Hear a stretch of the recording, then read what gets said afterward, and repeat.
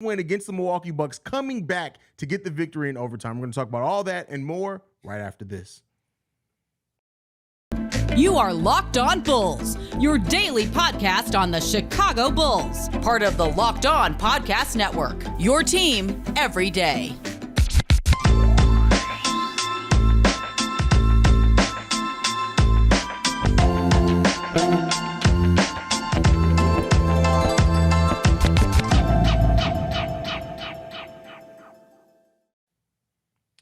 Thank you for tuning in to Locked On Bulls, member of the Locked On Podcast Network, where it's your team every day. That's Pat, the designer, host and creator of the Windy City Breeze. I'm Haize, host and creator of Chicago Bulls and Chicago Bears Central. Pat, it looked bad, bro. I'm not gonna lie to you, man. I had lost all hope. Every single bit of hope had left my body.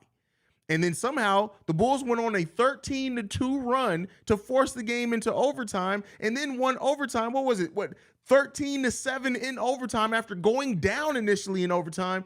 This was a win that definitely is going to cause some gray hairs when I wake up in the morning. How do you feel about it, Pat? What's everybody in the chat say? Let's all say it at once now. A win is a win is a win. Listen, there was so much that we absolutely could detract from, right? If the Bulls lose this game, we cooking them. We're cooking them for good reason. But we've cooked a lot of people on this show. We've gone at a lot of people on this show. I also want to keep that same energy on the positive. DeMar DeRozan, that's how you have a day. That's how you have a heck of a day. That's how you have a heck of a day. You know what? I looked at a lot of the rest of this Bulls team, and I thought that, right, we saw in that game, a skirmish happen where Grayson Allen, basically being Grayson Allen, runs over DeMar DeRozan and kind of causes a scuffle, and they have conversation back and forth. Bobby Portis and DeMar DeRozan get into it, and I'll tell you this right now. I didn't see anybody else step up in that moment and say, oh, we got beef, let's go. DeMar DeRozan said, oh, this how y'all want to play it? Bet. I'm going to break y'all hearts tonight. And I have to give him all the credit in the world on that. And played a little bit of defense in the process.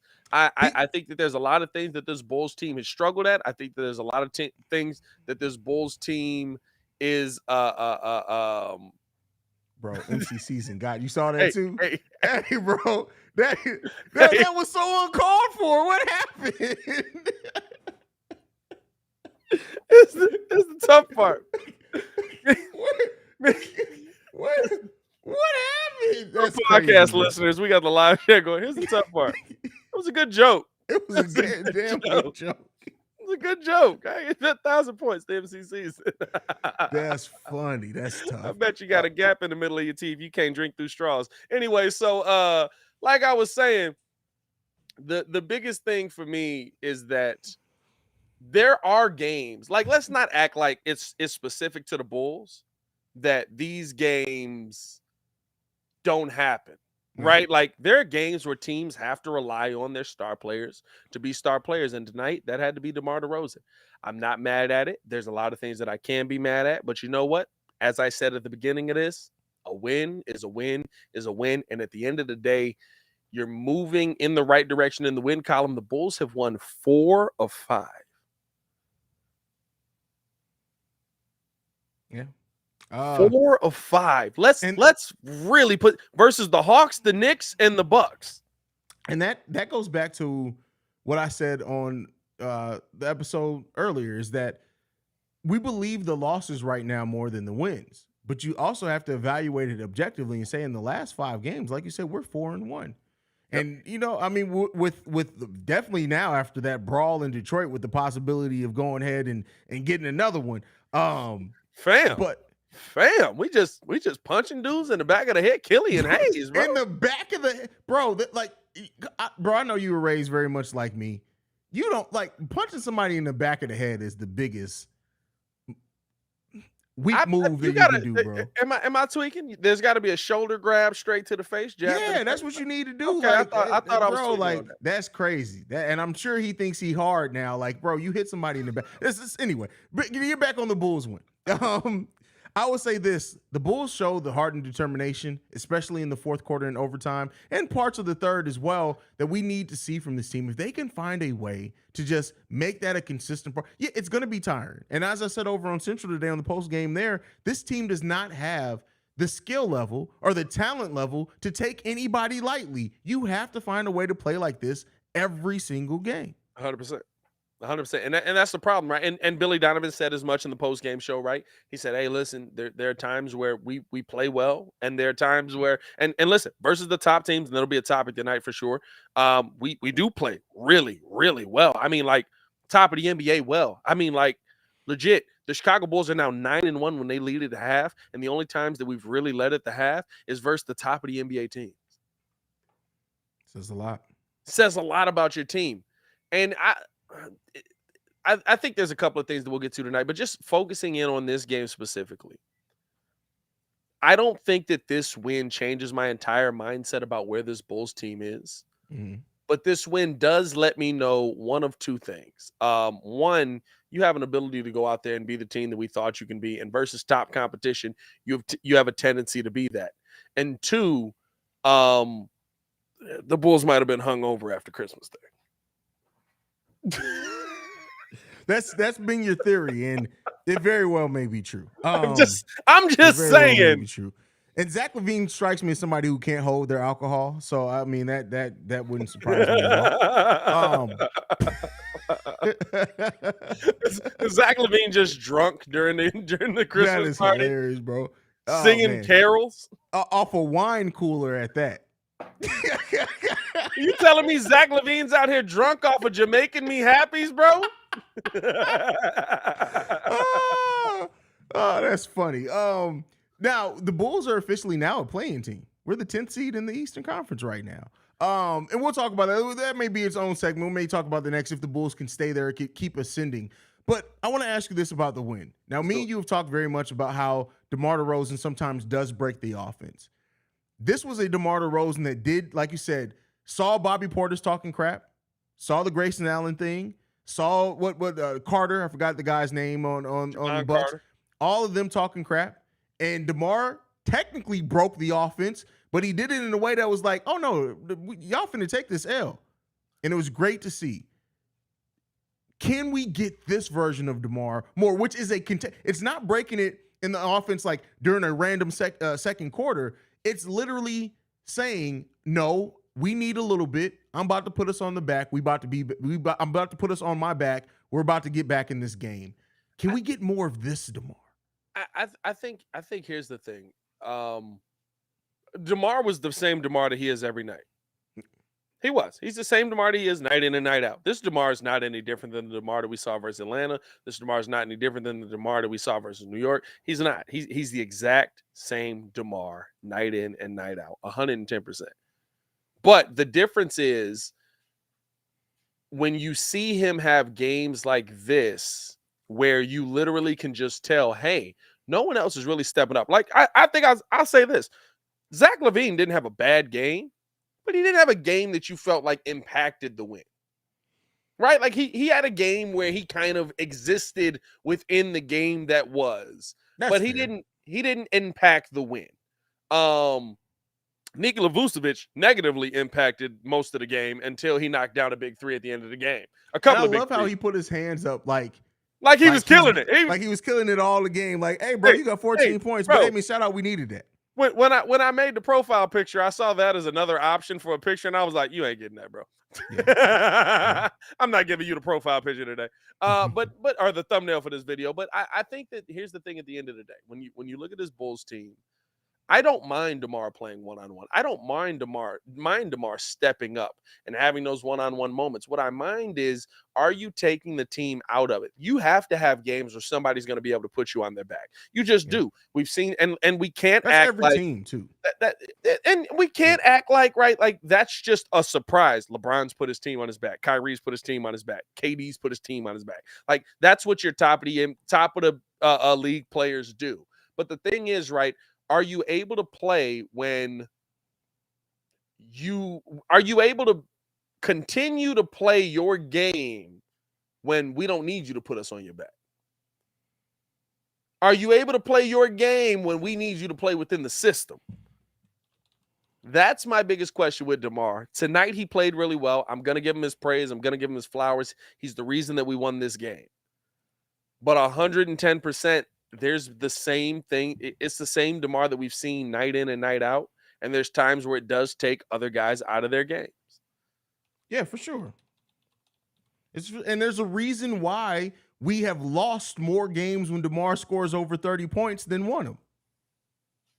Yeah, I mean, what are we now? We're now 3-9. We're 3-9 when DeMar scores over 30 points. Yeah, it makes a difference. It makes a difference. And I listen, I love it. I love that the Bulls got this win. There's still some things that I look at in this game, and I'm just like, hey, there's a lot of the same issues that if the Bulls lose this game, we're having the same conversation.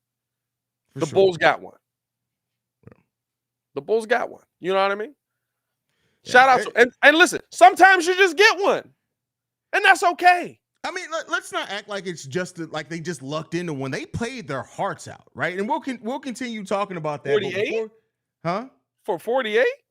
For 4? I mean, we'll talk about it. Before we get into that, Pat's always trying to throw me off. I got to talk to you guys about Rocket Money. Say goodbye to last year's outdated, disorganized methods of managing your money and say hello to Rocket Money. The better way to hack your finances in 2023. Rocket Money, formerly known as Truebill, is a personal finance app that finds and cancels your unwanted subscriptions, monitor your spending, and helps lower your bills, all in one place. Over 80% of people have subscriptions they forgot about, like the streaming service you bought to watch just one show on, or that free trial you never even use, which I recently did with Paramount Plus, and then I started watching Tulsa King. It was worth it. Rocket Money will quickly and easily identify your subscriptions for you so you can stop paying for the ones that you don't want. Rocket Money makes you canceling easy as a click of a button. Simply find the subscription you don't want and press cancel, and Rocket Money will cancel it for you. No more long hold times with customer service or tedious emailing back and forth. Over 3 million people have used Rocket Money, saving the average person up to $720 a year. Stop throwing your money away, cancel unwanted subscriptions, and manage your expenses with the easy way by going to rocketmoney.com/LockedOnNBA. That's rocketmoney.com/LockedOnNBA.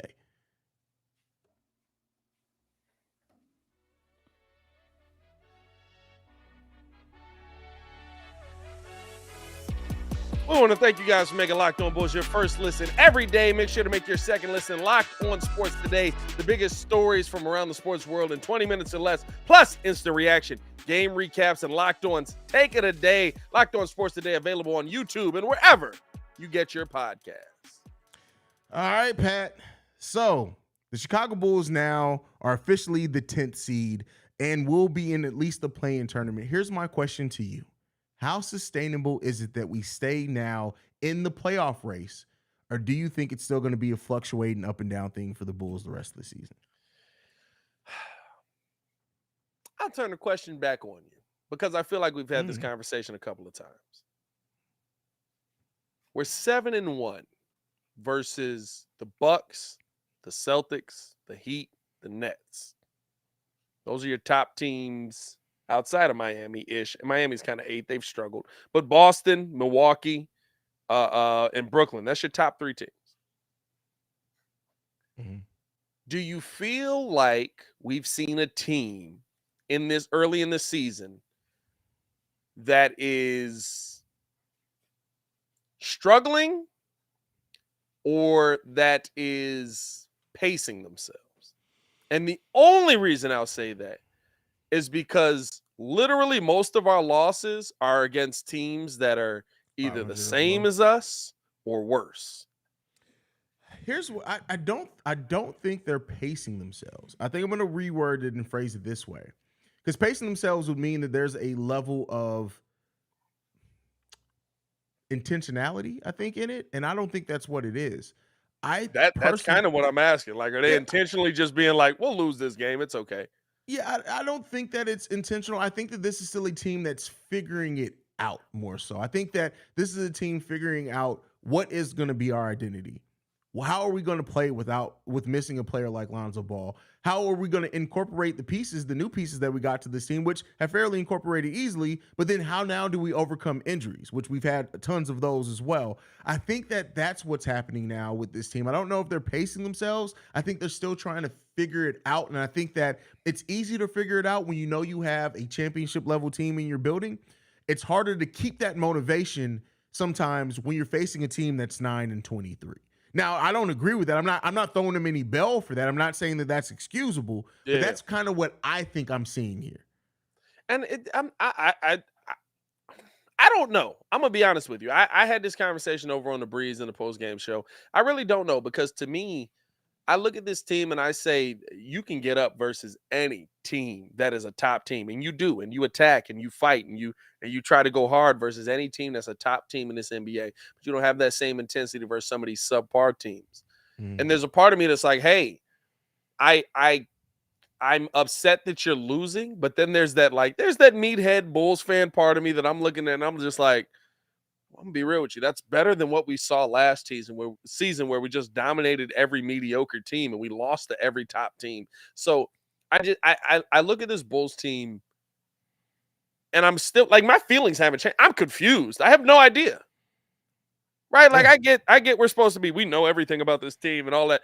Listen, nobody knows what this team is going to do, and this team doesn't know themselves. How are we supposed to know them? And nobody knows how this team is going to finish. And the reason I say that is because even right behind closed doors, we've heard Stacey King talk about on the broadcast where he says, Zach LaVine's talked to me. He says he's starting to feel like he's getting that step back. He's starting to feel like he's got his lift back. He's starting to feel like, y'all understand. He's saying he's starting to feel. We're 30 games into the season. That tells you that just going out there and playing at an NBA level right away ain't always the easiest thing to do. Now, at the end of the day, is that an excuse? No, you're the $200 million man. That's supposed to fall on your shoulders. But I think that, right, when we talk about, is this kind of play sustainable? Are the Bulls going to keep winning in this way? Are they going to stay in the play-in tournament? That's based on how much this team is able to focus on the teams that maybe aren't your top teams. Because you're going to play more of those teams than not. And especially the Bulls the rest of the way. Yeah. I mean, and the thing is that if they are going to play like this against top teams, meaning that we got a lot of those teams from now until January 15th, so we're in for a lot of good Bulls basketball, I just want to see them keep up the level. Like, here's my thing, and this is the way that I look at it. If the Bulls... If they play like they did in the third and fourth quarters of this game, in the first and second quarters against the bad teams, you can then take off part of the day. The starters can sit all the fourth quarter. You need to play with that level of intensity, come in with the games with the mindset not to overlook these teams, but to say, "Oh, we about to eat, and guess what? I'm going to get to sit down early and go call my wife while I watch Dalen Terry and Tony Bradley finish you guys off." That's the mindset we need them to have. Andre Iguodala used to talk about eating nachos in the locker room, bro. During games, like, that's what I want to see. Zach. I just want to be like, is Zach LaVine on the bench? You know what I mean? Like, I just look over and be like, is Zach playing defense right now? What's going on? No, I agree with you. I would like to see him come out and punch teams in the mouth, but you know what? There's a part that and we talked about this before the season. How do you handle being the hunted? The Bulls haven't handled it well. There's a lot of teams that are below you that think we're your equal.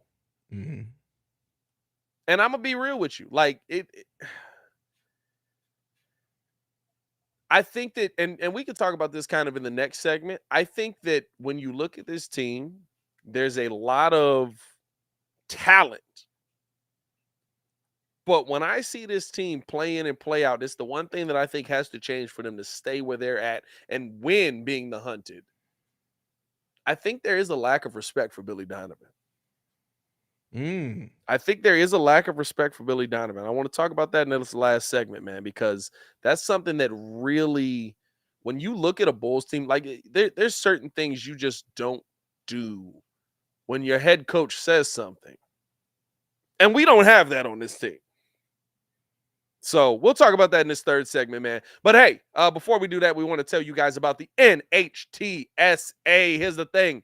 We've all been there, right? You're hanging with some friends, putting a few back, and all of a sudden a few becomes too many. As the evening comes to an end, people start to head out. You're thinking, I can call for a ride. I can get me a little, car service come up here.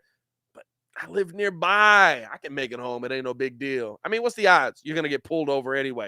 And even so, it's the worst that can happen. Insurance goes up, lose your license, you lose your job, total your car, or you kill someone. Everyone knows about the risks of drunk driving. The results are tragic and often deadly. However, that still does not stop everyone from getting behind the wheel while under the influence. That's why police officers are out there right now looking for impaired drivers on the roads to save lives. So if you think that you are okay to drive after a few drinks, think again, play it safe, and plan ahead to get a ride. It only takes one mistake to change your life or someone else's forever. Drive sober or get pulled over. All right, Pat. So you said you wanted to talk about that in the third segment. Do you want to lead it off? Or you want me to take it? Sure, I'll take it. All right. Hey, here's what I'll ask you and the chat. When you see a team that started this game running the offensive system works, you got out to a 16-8 lead, and then you slowly kind of worked your way back into the same kind of team that you've been, right? When you stopped running the system, the Bucks started running a 3-2. They ran a little bit of boxing one, not much, mostly a 3-2, kind of just saying we're going to defend you as much as we can on a 3 because we got these two guys down here that are going to be able to knock away most of your shots. By the way, Brook Lopez leading the NBA in shots. Or block shots, I should say. That's crazy. Yeah. That's crazy. That's crazy. I need us to understand it. Brook Lopez leads the NBA in block shots. That's wild. That's nuts. But do you think that it is right? Like we're feeling good. Bulls win, a lot of good things, a lot of good vibes right now. We've talked about this offense falling out of sync a lot. Do you think that it's disrespectful or a lack of respect, which I guess could be the same thing, for Billy Donovan's game plan, offensively and defensively, when you basically just say, yeah, I know that we should do this, but we're just going to go one-on-one. I know that we should do this, but I'm going to get mine. I'm going to take my shots. And again, I understand the Bulls are 4 or 5 in their last 5 games. A lot of good things happen, but we've had this same conversation a lot in these last 5 games. I mean, and you may be onto something there. Like it's because like I always go to Pop because I just think he's the perfect example of this. You're gonna run Pop's system. You could be LeBron, you could be Kobe. You're gonna run the system that Pop puts in front of you. So you saying and asking, do the players have a lack of respect for Billy Donovan? I'm gonna take it a bit further. I think there's a lack of trust in Billy Donovan's system. I think that these players don't necessarily trust in the system and the success that they have. And it may be dating back to last season. It may date back to the fact that even last year when we were at our best, sometimes they freelance. So maybe there's a lack of trust there. And because of that trust, it's coming out in the team not executing the system. Again, I have the issues with his defensive system. His offensive system, I agree with you on. The offensive system tends to work when they run it to the degree that they need to run it to. Yeah. It breaks down. And so maybe there is that lack of confidence in the system, but I also think there's a lack of Billy Donovan as well. And that we're seeing that kind of reverberate through the roster as a whole. I like this comment. The offense falling asleep for 4 minutes routinely is ridiculous. Don't know if it's disrespect, but the effort is disrespectful. Ooh, that's a bar. That's a bar. That's a bar because we've seen it, like he said, routinely this season. Where we've talked about it over here, right? Like, hey, you guys are consistently going 3 minutes, 4 minutes, 5 minutes every game without a bucket. Yeah. Without a bucket. I'm okay with runs, right? Teams go on run. We went on runs tonight. The Milwaukee Bucks went on runs. We came out on the winning side with the last run. But I do look at this, a lot of the times where we go through those 4 or 5 minute droughts, it's almost never when we're running the system. It's almost never when we're actually trying to find the right shot, trying to move the ball, trying to work the offense down low, trying to, you know what I mean? Like, it's almost always when we're going ISO ball. Always. I mean, you're not wrong. There's not a single hole in what you're saying. And so, I mean, it's something to look out for as the season goes on. It's something to look out for, especially as this team has a lot of tough games upcoming. And then especially if we do get into the playoffs, if you don't have a trust in your system and you're breaking your system in the playoffs, no matter what seed the Bulls have or if it's playing or whatever else, it's going to be difficult to beat a team that executes their system if you're not running your own. Yeah. And I mean, the funny thing is, right, like the Bucks don't really have a system either. Bud lost them that game, 100%. I don't know if y'all peeped this. The last play that they ran, DeMar DeRozan said that the Bulls assistant coach drew it up, which means it's been run enough that the Bulls can pick it out. Bud ran the same play twice, trying to get the ball into Grayson Allen. The second time, DeMar defended it well. DeMar gets the steal in the fourth quarter, kicks it off to Io. Big dunk by Io DeSumo, able to get that one for the win. But, like, once again, right, like, we're beating a team that doesn't have a system. Now, versus Boston, a little bit different situation. I'd like to see kind of how this third game is going to go when we play them again.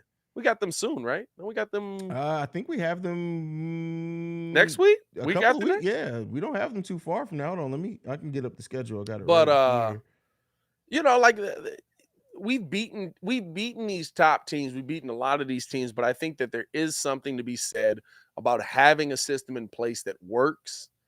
And the Bulls don't play them again until February 16th. That's nuts. I could have sworn we played them. Who's doing the scheduling?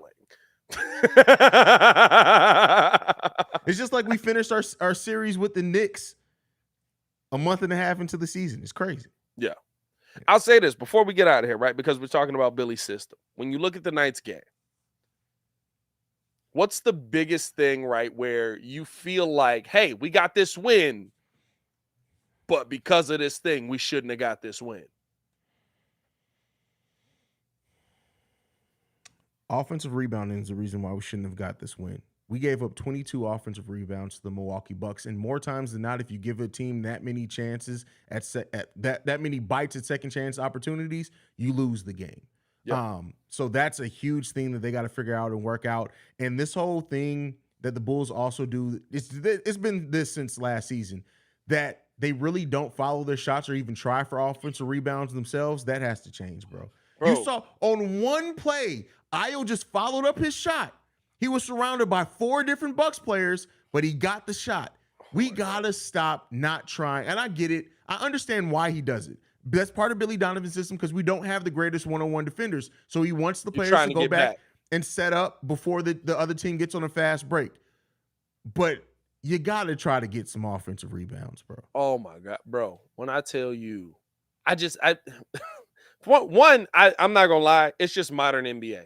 Right? It's modern NBA. Well, growing up playing basketball, what was the key things they always told you? Follow your shot. No cross-court passes. Move the ball until you get the best shot available. None of those 3 things happen in the modern NBA. No. Bro, it's so many cross-court passes. I'd be like, who you throwing that to, bro? Who you throwing? How y'all not stealing the ball? How are y'all not stealing the ball? I don't know. But anyway, I think that there's I agree with you, right? The offensive boards, the second chance opportunities, versus a depleted Bucks team. Not granted, the Bulls shorthanded as well, Bucks shorthanded, but versus a shorthanded Bucks team, worked out.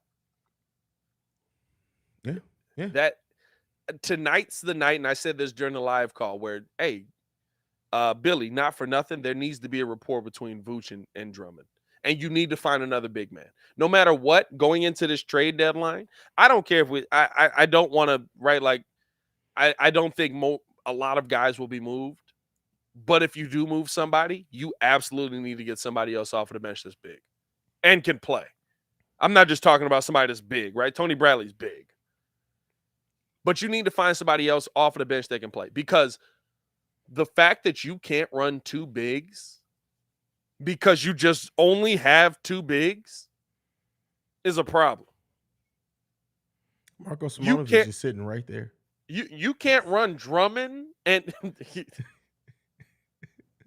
Put me in, coach. I'm Marco Simonovic. Please put me in, coach. I love that you use that for Marco and Marcus uses it for Io. Oh, I used it for Io too after he had his contusion. That's why Marcus uses it for Io.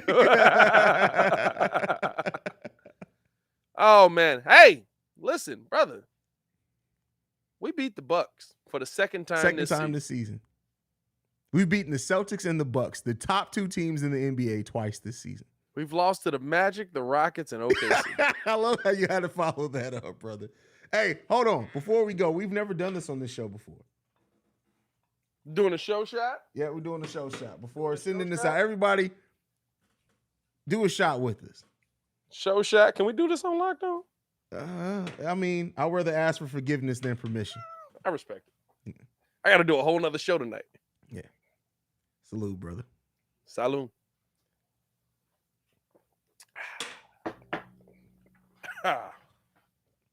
All right. Hey, man. Whoa, relax in the chat.